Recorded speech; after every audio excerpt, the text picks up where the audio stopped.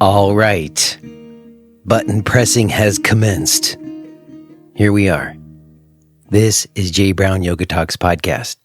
My name is Jay Brown. Welcome to you, whoever you are, new listener, returning friend. I appreciate that you've put some of your attention here. Thank you very much. How's your day going? Are you in a usual routine? Like, are you listening to this while doing one of your usual patterns, whether that's like driving to work or at the gym, or I don't know what people are doing while they're listening to this, but I imagine that you have things that you do again and again each day, sort of your routines, your usual routines. And I guess I'm wondering, in this moment that you're listening right now, are you in a usual routine, or is it one of those days where you're not in your usual routine? Like last week, if you were listening, I was in my backyard and I was way off my usual routine. I'm happy to say today I'm back into my normal swing. I will probably record some more intros from the backyard. Thanks to everybody who reached out and assured me that the sound quality was okay. I was surprised. I was surprised that it came out as good as it did, just like some birds in the background, which I kind of liked. So I'll definitely record more back there as the summer comes upon me more. But today it's cooler, and I was kind of glad to be up here in the attic as I usually would. Regular listeners also know I got a whole bunch of stuff brewing, but there's nothing new to report, really. I'm still in that calm before the storm I was mentioning last week. And in that more calm, usual routine place is where I certainly have found myself contemplating the big questions again, y'all. Maybe you remember, over the last year, I've been bringing up God an awful lot, haven't I? And at one point, I don't know how long ago it was, I'm losing track of time some these days, but I was talking about God so much, I actually started to get a few emails from people who are like, hey, I really love the show, but the God talk's getting to be a bit much. So I pulled back from it some, because also I really just felt that at a certain point, I'm talking in circles, and I'm trying to talk about something that's so intensely personal that it doesn't always make sense to try to talk about it here on the show in the way that I want to, because it is personal and maybe not something that's supposed to be recorded and then published for the public to hear, that it's just for you, you know? It's special and personal, and then therefore difficult to talk about in this forum. And then here I am, I'm like bringing people on to me like, hey, tell me all about your deeply personal relationship to God. So I still think it's worth getting into sometimes, because I think it's just fundamental questions of being alive. And if you are someone who is not so interested in the question of God, I get it. I understand if you want to bail, but maybe you'll stick around. And I would suggest that we might make some kind of distinction between religion as like an institution of power and control, which is why I think many of us have been turned off by anything religious in nature. And that's what I want to make a distinction between religion and the institutions of religion, which I really don't have any interest in, and what you might call like universal religious experiences. That I think that there are experiences that yoga practice very often opens people up to, that lead them to determine that there is, in fact, a supreme being creator. And I would say that in the past, I would have been one of the people who would have been veiling because I associated the idea of religion or even religious experience as being for people who just, needed to believe in some kind of fantasy to make themselves feel better. Like, I'm cool with people who want to believe in it, but we all know it's not true. It's just made up stuff to make people feel better. However, when you go through experiences yourself that lead you to believe that that's not true, that in fact, these aren't fantasies, but these are real experiences that many people have across different cultures and whatnot. And so all that is to say, with this new kind of vantage point of having some religious experiences and embracing them, it really changes how I see everything, and especially how I would read texts. And my guest today, Hari-kirtana Das, reached out to see if I wanted to talk about his new book, Journey into the Bhagavad Gita. And as soon as I looked at what he had written, like what he sent me his book, it automatically was perfect. It was the exact opportunity for me to ask some of these questions in the context of yoga philosophy. And Hari's been here before a couple of times. He was here a year ago. We talked about it. It was a very significant conversation. And this is equally as significant for me. I think it's a very nuanced and honest consideration of some of these very big questions that I'm asking. And I was so grateful to Hari for lending me his time and mind to explore these things. And I'm very happy to be sharing it with you today. Real quick before we get to it, let me mention that if you are enjoying things that you're getting from this show and you want to support it and get access to the full-length archives, the way that you would do that is with a podcast premium subscription. We don't run ads on the show. We did that in the past and it sucked. And now we do podcast premium as a way for people to help keep this show going. So if you are getting something from it, it makes a really big difference. For as little as $5 a month, you can get a podcast premium subscription and really help out. So maybe you would consider doing that. And other than that, let me see, what else do I want to mention? Oh, yes, I am going to be at the Berkshire Yoga Festival, June 14th through 16th. In the Berkshire Mountains of Hancock, Massachusetts. This is going to be like a big yoga event. I can't remember the last time I've been to one, much less taught at one.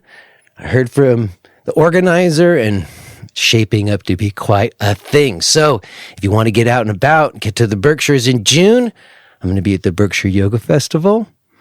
Other than that, ongoing stuff online. I've got regular classes. I got the discussion group.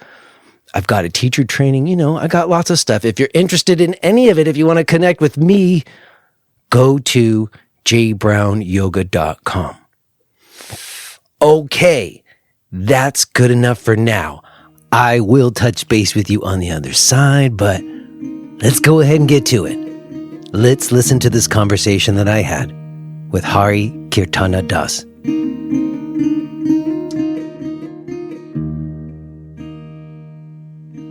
Hello? Hi, Jay. Hi, Hari. It's good to see you. It's very good to see you and speak with you again. I'm glad you reached out. Your timing was perfect. Oh, all right. Well, it's always nice when that happens. It is. I think you know the deal. I'm already recording. Let's consider ourselves having just begun. Okay. I do know the deal. It's always a pleasure to speak with you, and it's very nice of you to have me back. No, really. My pleasure. We'll get into why. First of all, I was thinking about you before we got to talk today, and I, for the life of me, couldn't remember where you are. Where are you in the world right now? I want to orient to some reality before we talk into high concepts. Sure. From a terrestrial standpoint, I am in Washington, D.C., in the Northwest neighborhood. right down the street from the National Cathedral, for anyone who knows the District of Columbia. So I have just a short walk to get to the National Cathedral on one side, and an equally short walk to get to Glover Archibald Park, a very nice walk in the woods, just a few minutes away from my home. So I see. That's your usual forest bathe route, eh? Yes. Our morning walk takes us right along the park, or on some mornings right through the park. I see. And how long have you been in DC?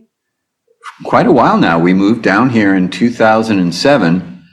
So, I don't know, 14, 15 years now? Got you. Well, it's been a year since we last spoke. I looked it up. Just a little over a year. Right. And, kind of a lot's happened for me this last year. How have you been? Are you doing okay? How was your year? My year was good. It was pretty full insofar as my work life goes. Everything having to do with finishing my book, getting the book published, doing all the design work for it, or overseeing all the design work for it. That in itself was a pretty major project. And everything else has been busy in a very good way for me personally. So no justifiable complaints here. I feel very fortunate. How about you? I've been doing okay. I think there were some things that were really causing me some anguish that resolved, which feels very good. There are some new challenges that have presented themselves, but I am feeling more equipped to deal with them, which actually brings me to some of the topics for us today, and even what we talked about a year ago, and why I'm so happy to speak with you again, because when we spoke a year ago, I was just starting to say out loud that I might believe that there's a God. Yes. And not like a, impersonal force or resonance field, but like a supreme creator being, God. Right. Yes, a personal being. Personal, that you have like a personal relationship to. Right. And we discussed Vedanta and the debate within Vedanta in terms of the relationship between Atman and Brahman, and whether or not Atman and Brahman were the same, or whether or not they were distinguished from one another. Right. And I think that was a very significant conversation for me. It articulated the viewpoints in a way that I hadn't heard them articulated before. I had a follow-up conversation with Gary Kraftsow, where we got even a little bit more into kind of like non-duality and qualified non-duality. Mm-hmm. That's kind of like where he lived, and sort of some of the distinctions there, and things got a lot more clear for me. But what I would say is that whatever these interesting conversations I've had or ideas that I've entertained with people, I'd say the more important thing is that I've had some experiences where I experimented with certain things in prayer and my relationship to God, and kind of tested it. Mm-hmm. Sort of like, hey, if you're real, you got to show me. And I felt that I was shown. And that happened more than once. And after it happened more than once, I felt a new sense of a sense of the ambiguity about it leaving more. And a deeper sense of faith, I guess you would say.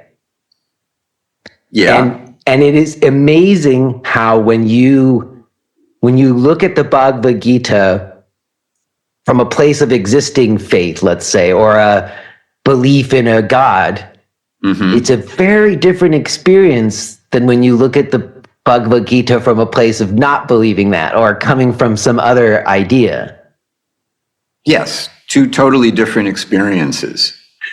And, the Gita in particular, and the yoga tradition in general, doesn't ask us for just belief, but rather reasonable faith. And it's interesting that you had a response to your leap of reasonable faith that's predicted in the Bhagavad Gita. We hear a verse where Krishna tells Arjuna, in whatever way one approaches me, I respond to them in precisely that way. So it's not surprising at all for me to hear you say that based on some reasonable faith, you tested the theory and in essence said, okay, for the sake of this experiment, I'm going to believe that you're there. Now, show me that my faith is well placed. And sure enough, you got a response, whatever that response was, whatever form it took, that reinforced the idea that your faith was reasonable. And surely has. And it really, it changes things in very profound ways. So I guess I was thinking about, also I want to mention, actually, before we get into anything, I just want to compliment you and thank you for the YouTube Bhagavad Gita Sangha videos that you put up, because I've been watching them and it's an incredible resource. I'm stunned that you've put it up there for free. I will link to it for people to get to it. I think it seems like where you might have been working through things for the book, but it really was. I've watched a couple of them and they're really amazing and really have been fruitful for me. So it's amazing that they're up there, and I just wanted to acknowledge that and let people know that they're there, because it's incredible that you've offered that up for people. So thank you for those videos. Well, thank you very much. I'm honored that you took the time to listen to some of those classes. There are 108 of them that spanned a 2-year period of weekly classes. I didn't plan on them being 108 classes. It just worked out to that particular you got there and you're like, oh, 108, that's going to be the last one. I couldn't believe that when I saw that I was heading into the home stretch. I was like, hey, you know what? If I do this right, yes, this is going to end up being 108 classes. But yeah. I'm happy to offer them on my YouTube channel. And thank you very much for letting all of your listeners know about them. And yes, you're absolutely right. The 2 years I spent working on delivering those classes, that was the preparation for my book. And I thought it would be easy. I thought, I'm going to do all these classes, cover the Bhagavad Gita from beginning to end, and then I'll just transcribe the classes, do a little bit of editing, and poof, voila, a book. Ha, ha, ha. Yeah. It took me 5 years after those classes were completed before I finally ended up with the finished product that I've got.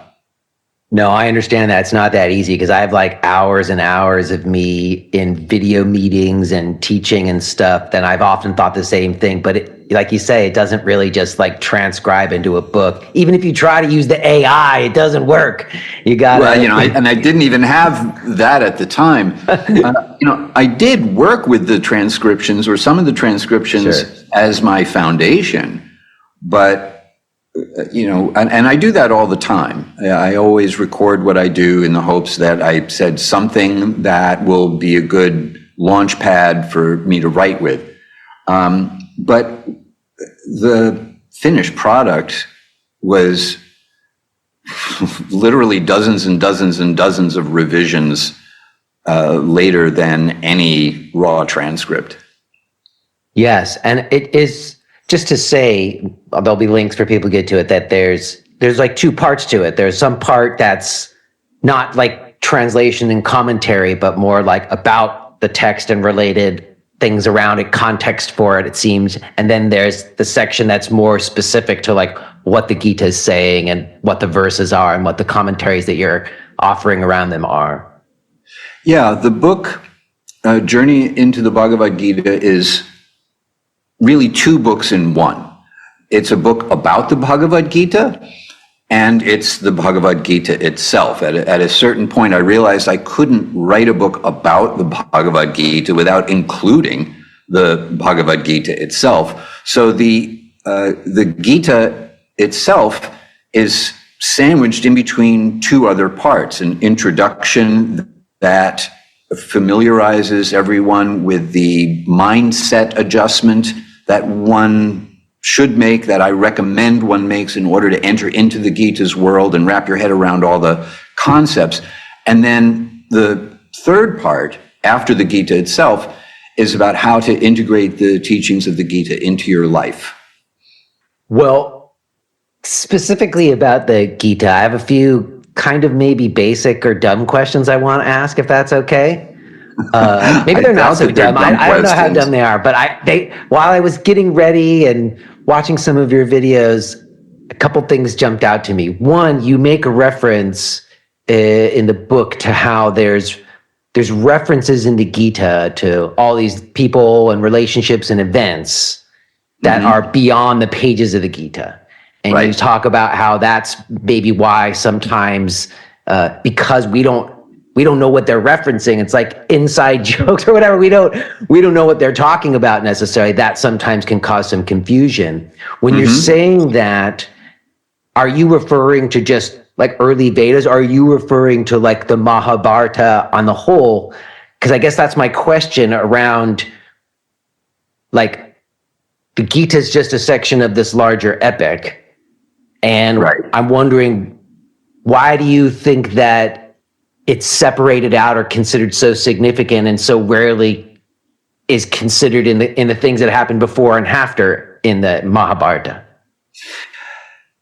The Gita, there's a little bit of controversy about this, but the Gita is understood to be a portion of the epic, the Mahabharata.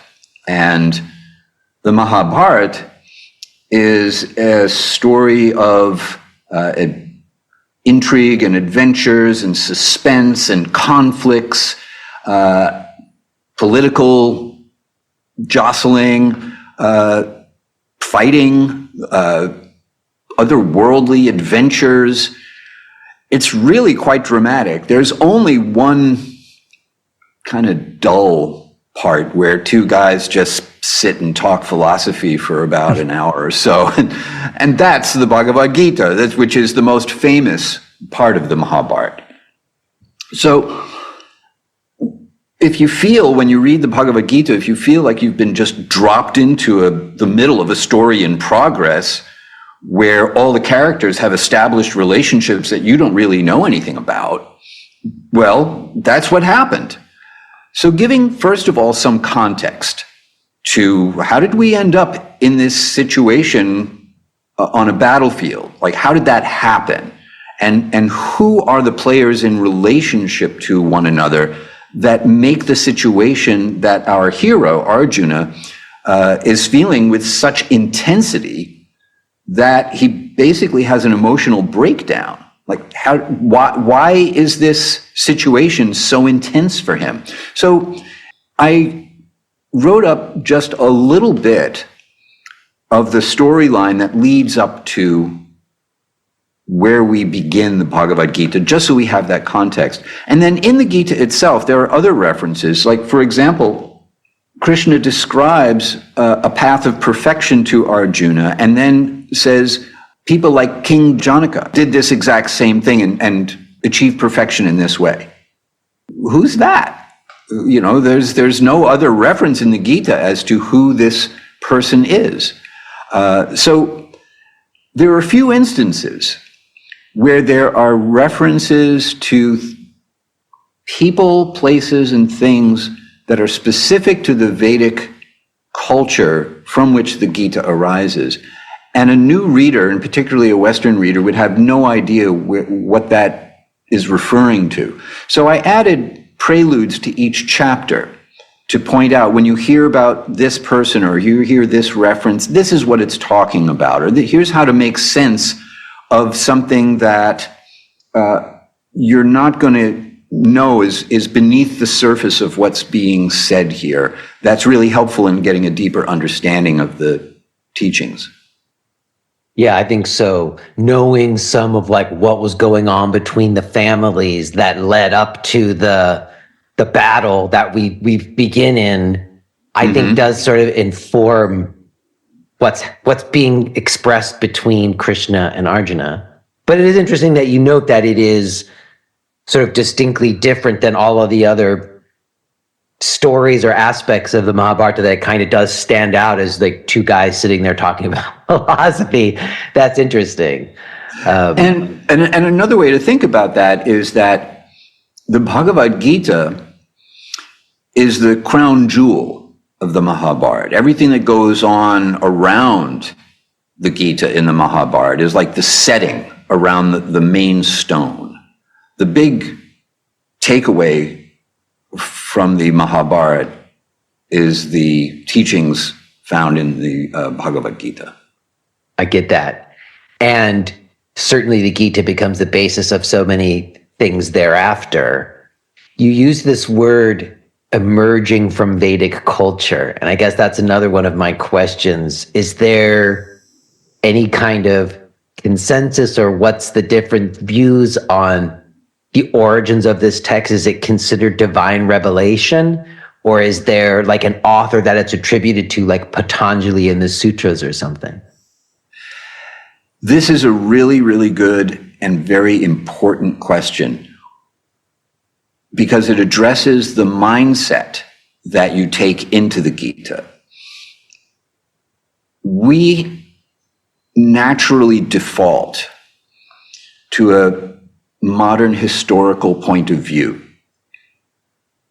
because that's how we're taught to think.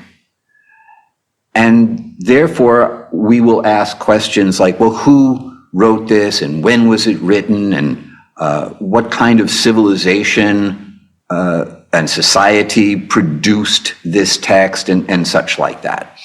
In my book, I don't really concern myself so much with the historicity of the text. Traditionally, it is credited to Vyasadeva, who is credited with compiling all of the Vedic literature, the Vedas, the Vedanta Sutra, etc. But the big question is the one you asked.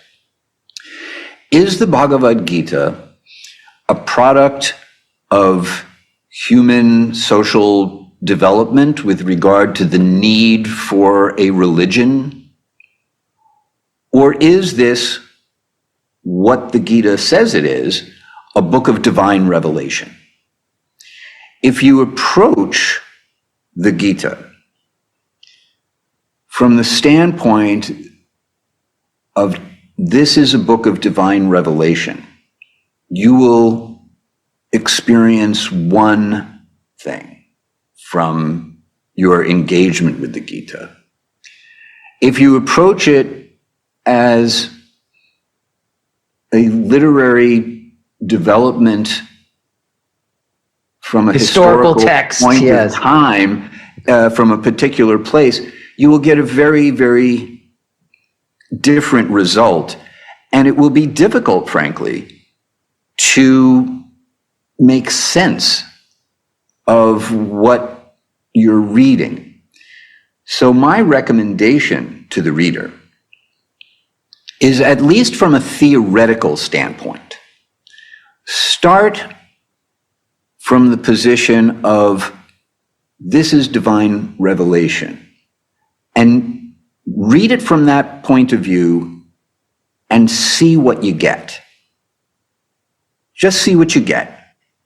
It's an experiment. You have to see, it's where I started today. Like, reading it from that place requires you to be able to entertain the possibility and not think of it as some primitive, superstitious mindset that we've progressed out of. You reference that in your book, about up until medieval times, there was a certain cosmos, relationship to cosmos, or idea about the nature of our existence that did shift and change, So right. to go into it from, like you said, as accepting the possibility, even not, let's say you don't even believe, you just accept that it might be possible that it's divine revelation, requires a certain faith that a lot of people don't even have, I suppose.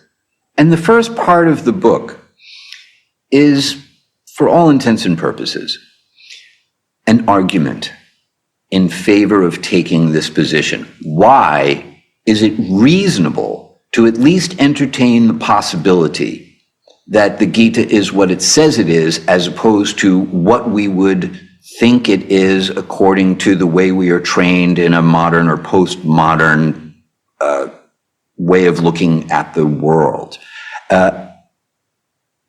And as you pointed out, like, there was a divergence between faith and knowledge that takes place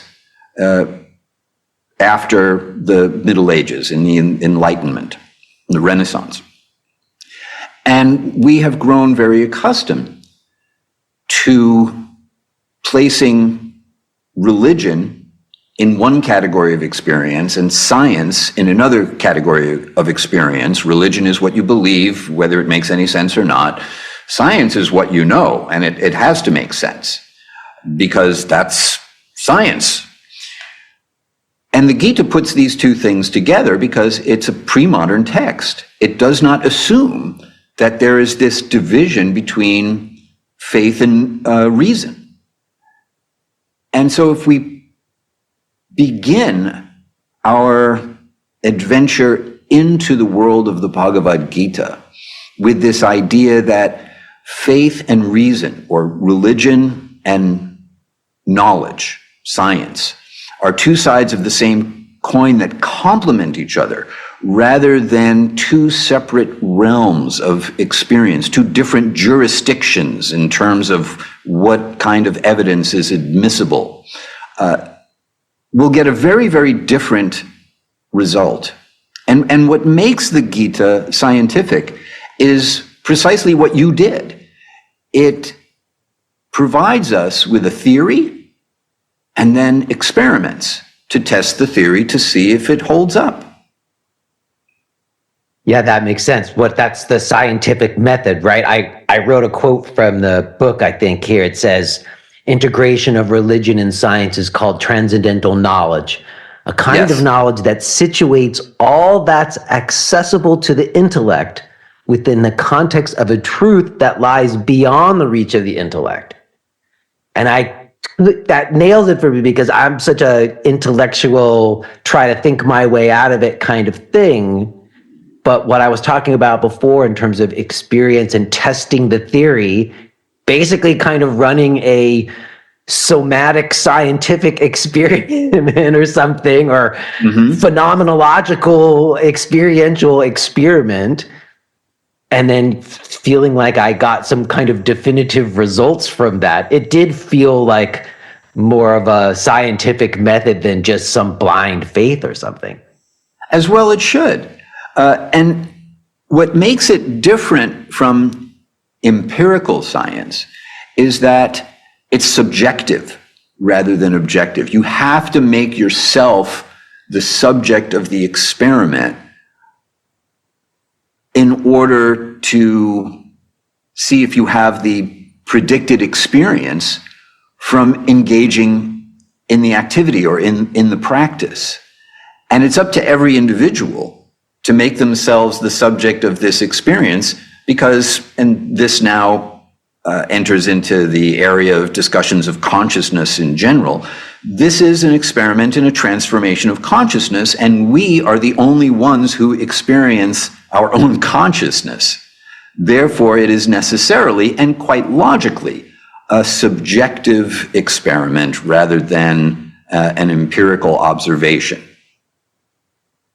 Yes, that has been my experience of it. And as I said, definitely colors my perspective of these texts. And I will say that over the last year since I spoke to you, I haven't really been spending that much time with the Gita, only more recently since I knew I was going to talk to you. Right. The text that I've been spending more time with is the Bible. And honestly, I've been approaching the Bible in the same way that I've approached all yogic texts. Like, I have no connection to Christianity. I was raised in a conservative Jewish household and got into yoga. So I don't have any connection to any of the like organized church or any of those things that I think obscure what one might potentially get. And in the same way that I looked at the Gita more recently with a lens coming from a place of faith rather than disbelief, Same with the Bible. And I would say also specifically like New Testament, because in my mind, I was sort of raised to believe like the Old Testament was legit, but the New Testament is for crazy people. Sounds similar. But the reason I'm bringing it up, because in that there is this huge, deep inquiry and question around Jesus. And, like you were saying before, is Jesus just a story, a metaphor, or did Jesus really exist? And if you look into that, there's certainly a lot of evidence that Jesus definitely existed. Then you say, and he was killed on a cross. And there's a whole lot of evidence for that. And then he was resurrected. And there's actually quite a bit of evidence in terms of like evidentiary stuff that we might normally consider for that as well. And the question of Jesus seemed to me to be very similar in a way to the question of Krishna in the Gita in some regards, because Krishna does seem to be like a personification of God. Like I even heard you talk about like Krishna shows up and he's just like hanging out and dancing in a personified way. Like what I'm recognizing is that the idea is that if God is formless and timeless, that in order to relate to it in a personal way, there can be these personified expressions of them that you can then relate to in a personal way. I've had confusion around, am I supposed to be talking to Jesus? Am I supposed to be talking to God? I don't know. And I guess I have similar questions to Krishna. So let me frame it in a question. Last time we talked about the relationship between Atman and Brahman, like an individual soul to a creator being. So what's the relationship between Krishna and Brahman? Is Krishna Brahman? Yes, Para-Brahman, the ultimate Brahman. And the reason I use that phrase, which is the phrase my teacher used to explain this, is because in order for the complete absolute truth to be complete, the attribute of personness must be present. And now the question becomes, which is higher, paramount, para? The personal aspect of the Godhead or the impersonal aspect of the Godhead? Brahman is the word we usually use, the Sanskrit word, that is usually used to refer to the impersonal aspect, the undifferentiated oneness of being. And for the Jnana yogis, particularly the followers of Shankara, realizing Brahman, realizing the undifferentiated oneness of being is the goal, which means there's no relationship, because if there's nothing but one, Brahman, then there's no possibility of relationship, because that would be a duality that requires more than one. The idea of Krishna is the idea that in addition to the Brahman feature of the absolute truth, and in addition to the Paramatma feature of the absolute truth that is described in the Bhagavad Gita as the universal consciousness who is locally present in the hearts of all beings and within each subatomic particle of matter, there is the personality of Godhead. There is the personal feature who facilitates the deepest connection between Atman and Brahman, which is a relationship of interpersonal love. The idea here, expressed in the Bhagavad Gita, is that each of us is an infinitesimal part of an infinite and complete whole. And the active personal relationship that must be there, because we're people. You're a person, I'm a person. Our personness is derived from the source of our being, which is the complete whole, or the absolute reality of which we are a part. Therefore, the absolute reality must also have this attribute of personness, and the experience of a personal relationship of transcendental love is, at least in my view, a deeper, more complete, and potentially more blissful experience of self-realization than the disappearance of my individual personness into an undifferentiated oneness of being. Yes, I think some people are equating them. Some people, like when I talk about a certain kind of love at the core of personal relationship to higher power or God, some people seem to want to equate that to an impersonal, undifferentiated oneness. But I didn't experience them as the same at all. An undifferentiated oneness is not personal, it's impersonal. It doesn't feel personal. I don't feel supported in the same way by something that's impersonal as I do by something that's personal, which is, I think, the point that you're making. Yes, precisely. In many approaches to yoga, we hear this idea that an Ishta Devata, a personal form of the Supreme Being, is a meditational prop that you develop a relationship with in order to purify your heart to go beyond that Ishta Devata and merge into the oneness of Brahman. So in this sense, Bhakti Yoga is seen as a means to an end. But in Bhakti Yoga itself, devotion to the Supreme Person, to your Ishta Devata, is both a means to an end and an end in and of itself. The practice of bhakti leads to the experience of bhakti, the sadhana bhakti, the practice of devotion,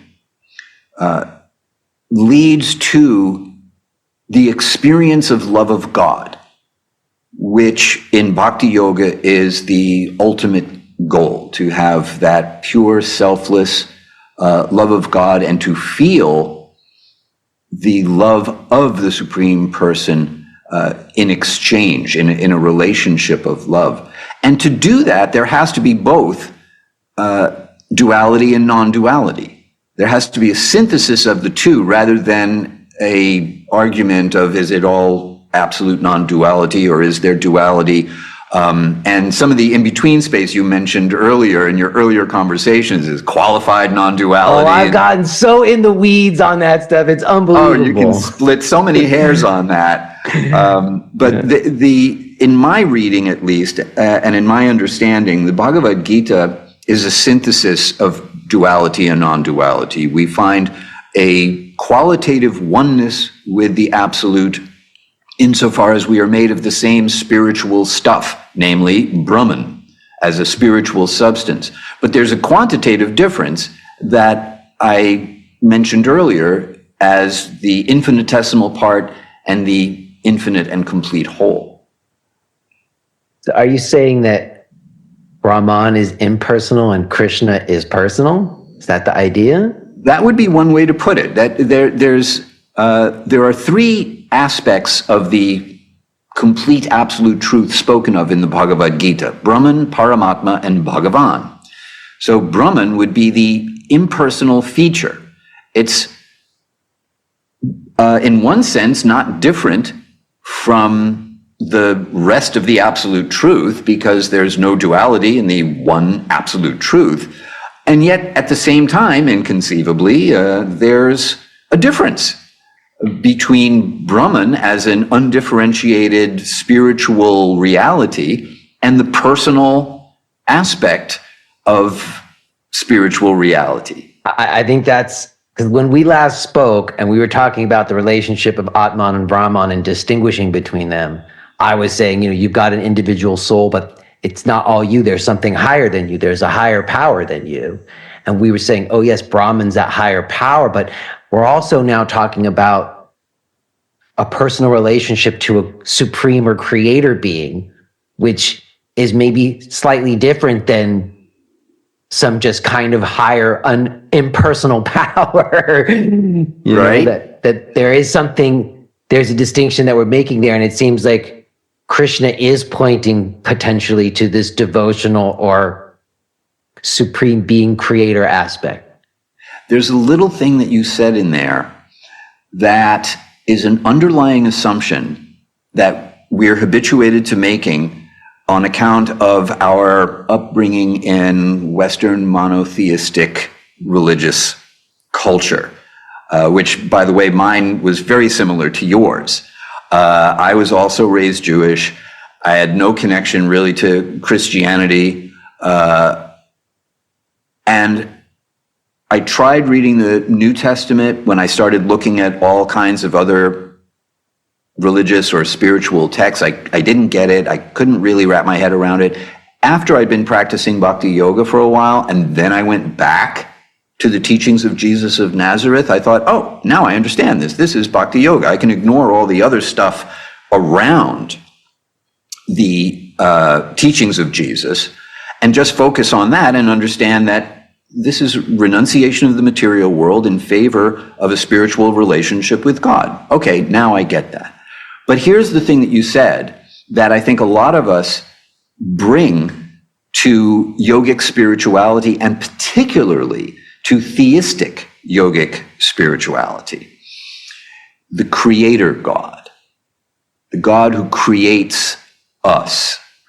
Well, I will stop you just for a second. The reason I use that word is because one of the kind of like inquiries into myself is specifically around that word. Like if something's created, something created it. Like it. So if I was created by something, then there has to be a creator. That's why I like the word. Right. So that brings up the question. Let's question the underlying assumption there. Are we created beings? Ooh, something's got to create it. We come from nothing?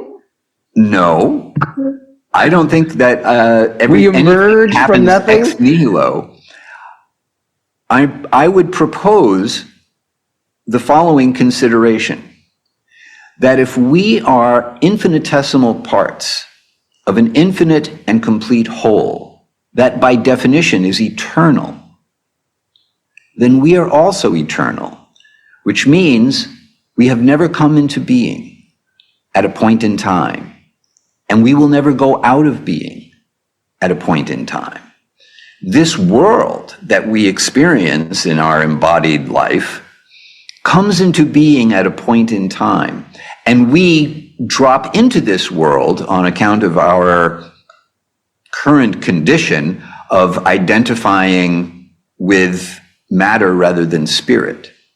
But the person who's doing the identifying in the Bhagavad Gita is described as uncreated. And that shows up in verse 12 of chapter 2, where Krishna says, "Never was there a time when I did not exist, nor you, nor all these kings," referring to everyone on the battlefield, "nor in the future is there any possibility that we will ever cease to be." And that is a very, very radical proposition, because it means we're not created beings. The world is a created place, and we inhabit temporary material bodies along the long path of our sojourn here in the material world. But the person who is embodied, the person who is conscious of all of our experiences, namely us in our true nature, never came into being at a point in time. So life is not given, it just happens. I mean, I guess my alarm goes off a little bit, because when you paint it that way, when you say, oh, we are just this infinitesimal part of this huge whole and we never even came into existence, I can see how that could be liberating, but I can also see how that leads to, like, it does almost a nihilism if you take into its large logical conclusion or something, why would there be any moral codes or ethics? Last time you were here, I was asking you about evil, because that was where I could kind of hone in, like, oh, there is right and wrong. And I think that there's like a God's will for man on earth. And that idea that there is like the teachings of Jesus and some of this stuff that Krishna seems to be saying, the same stuff that like you talked about in terms of dharma in your book, which was interesting. Right. Like dharma as like God's will, as opposed to dharma as to like, oh, your karma and the way that your life is unfolding because of your previous lives or something. Yeah, dharma has so many meanings. And in the context that we're speaking now, you could think of it as a divine law, which... If you are hearing this message, then you're listening to the free version of J. Brown Yoga Talks. To hear the rest of our conversation, please subscribe to Podcast Premium at jbrownyoga.com/premium.